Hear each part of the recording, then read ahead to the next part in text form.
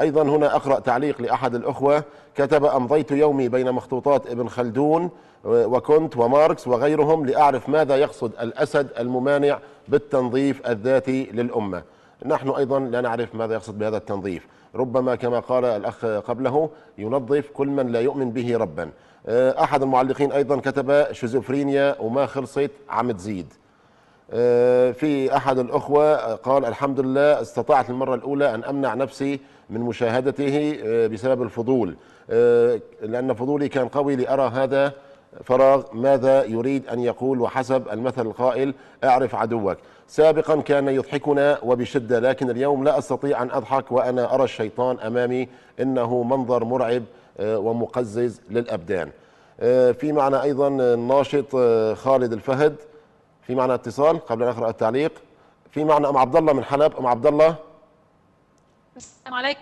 وعليكم السلام أختي أم عبد الله، يعطيك العافية. الله يعافيك.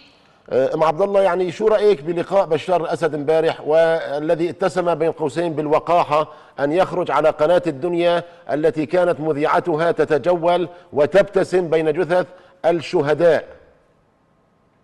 إن خطابات بشار الأسد من بداية الأزمة ورؤيته اتسمت بصفة غير واقعية، فلو كان واقعيا التجأ إلى الحلول السلمية الواقعية من بداية الاحتجاجات السلمية لإنهاء الأزمة، ووجد الحل بالتعاون مع كثيرين من المواطنين المخلصين لهذا الوطن، ولكنه أصغى إلى الأجندة الخرافية الإيرانية وصار كرئيسا يحتل سوريا مع الشعب السوري وليس كرئيس سوري، ويجب أن يخدم الشعب السوري أي مناضل البطل والنصر لثورتنا الأبية المجيدة.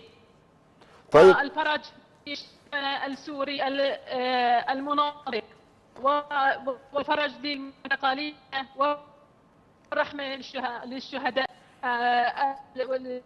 إن شاء الله في أعلى عليين. وأتوقع أن يلقي القبض على بشار الأسد ليلة الأضحى المبارك. شكرا لك يا اختي ام عبد الله، يعطيك الف عافيه على المشاركه. بدي اعتذر عن اكمال المشاركه لانه الصوت عندك ضعيف شوي. شكرا لك يا اختي ام عبد الله الحلبي، كنت معنا من حلب.